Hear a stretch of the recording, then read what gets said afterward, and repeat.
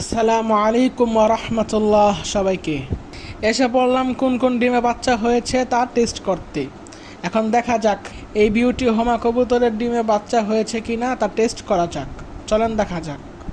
এই যে প্রথম ডিমটা টেস্ট করা হচ্ছে, এখানে দেখা যাচ্ছে এই যে দেখেন মাকড়সার জালের মতো কিছু দেখা যাচ্ছে, এটাই হচ্ছে মূলত লক্ষণ যে এই ডিমে বাচ্চা হবে ইনশাল্লাহ। দেখেন এই ডিমটা তাহলে বাচ্চা হবে গেল। তারপরে দ্বিতীয় ডিমটি টেস্ট করা যাক যে এখানে বাচ্চা হয়েছে কি না। এটাও চেক করার পর দেখা গেল যে এখানেও কিছু মাকড়সার জাল আছে, তার মানে এই ডিমে বাচ্চা হবে ইনশাআল্লাহ। তাহলে এটাও সাকসেসফুল। আর আমি কিছু ব্যক্তিগত ব্যস্ততার কারণে আমি আপডেট দিতে পারি নাই যে আমার বিউটি হোমা কবুতর আবার ডিম পেড়েছে, সেটারই ডিম এখন 4 দিন পর চেক করা হলো। তারপরে আমি চলে আসলাম আমার কালো মুরগির ডিম চেক করতে।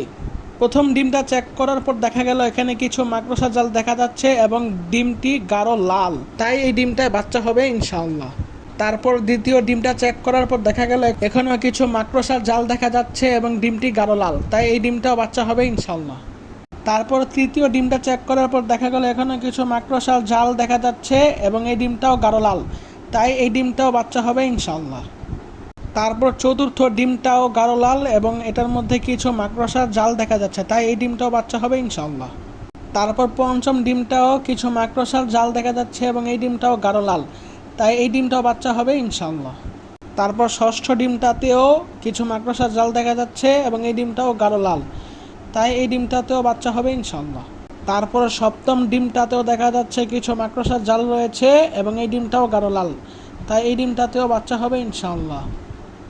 তারপর অষ্টম নম্বর ডিমটি অর্থাৎ শেষ ডিমটিতেও কিছু মাকড়সার জাল দেখা যাচ্ছে এবং এই ডিমটিতেও বাচ্চা হবে ইনশাআল্লাহ।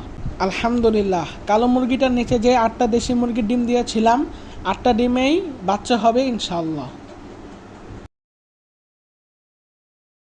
তারপরে চলে আসলাম সেই ঐতিহাসিক লেয়ার মুরগির ডিম চেক করতে। প্রথম ডিমটা চেক করার পর দেখা গেল যে প্রথম ডিমটাতে মাকড়সার জাল দেখা যাচ্ছে এবং ডিমটা গাঢ় লাল, তাই প্রথম ডিমটাতে বাচ্চা হবে ইনশাআল্লাহ। তারপর দ্বিতীয় ডিমটা চেক করার পর দেখা গেল যে ডিমটা পুরো সাদা এবং ডিমটার মধ্যে কোনো মাকড়সার জাল দেখা যাচ্ছে না, তাই এই ডিমটাতে কোনো বাচ্চা হবে না, ইন্নালিল্লাহ। তারপর তৃতীয় ডিমটাতে দেখা যাচ্ছে যে তৃতীয় ডিমে বাচ্চা হবে। তারপর চতুর্থ ডিমটাতে দেখা যাচ্ছে যে চতুর্থ ডিমটাতে বাচ্চা তৈরি হয়েছিল ঠিকই, কিন্তু তা সঠিকভাবে তৈরি হতে পারেনি, মানে অর্থাৎ সঠিকভাবে পড়েনি ডিমটার উপরে, তাই এই ডিমটাতে বাচ্চা হবে না, ইন্নালিল্লাহ। তারপর পঞ্চম ডিমটাতে দেখা যাচ্ছে যে এই ডিমটায় বাচ্চা হবে ইনশাআল্লাহ। তারপর ষষ্ঠ ডিমটিতে দেখা যাচ্ছে যে এই ডিমটাতেও বাচ্চা হবে ইনশাআল্লাহ। তারপর সপ্তম নাম্বার ডিমে এবং অষ্টম নাম্বার ডিমে আমার কিছুটা সন্দেহ হচ্ছে যে এই দুটো ডিমে বাচ্চা হতে পারে, তাই আমি এই দুইটা ডিম দিয়ে রাখবো। আজকের ভিডিওটা অনেকের কাছে বিরক্ত লাগতে পারে, কারণ আজকে শুধু আমি বলতেই আছি যে এই ডিমটা গাঢ় লাল, এই ডিমটায় কিছু মাকড়সার জাল আছে, এই ডিমটায় বাচ্চা হতে পারে। অনেকেই জানে, অনেকেই জানে না। যারা জানে না যে কীভাবে ডিম চেক করতে হয় তাদের জন্য আজকের ভিডিওটা খুবই উপকারী হবে আশা করি। আর এখানে যে ডিমগুলো পুরো সাদা হয়েছে সেই ডিমগুলো আমরা খেতে পারবো, সেই ডিমগুলো আর ফালায় দেওয়া লাগবে না। আমরা অনেকে মনে করি যে এই ডিমটা নষ্ট হয়ে গেছে, কিন্তু না, 4 দিন পর্যন্ত যদি মুরগির নিচে থাকে তাহলে সেই ডিম আপনারা খেতে পারবেন। 4 দিন বা 5 দিনের উপরে চলে গেলে সেই ডিম আর খেতে পারবেন না। তাহলে যখন এই বাচ্চাগুলো ফুটবে তখন আবার নতুন ভিডিও নিয়ে হাজির হব।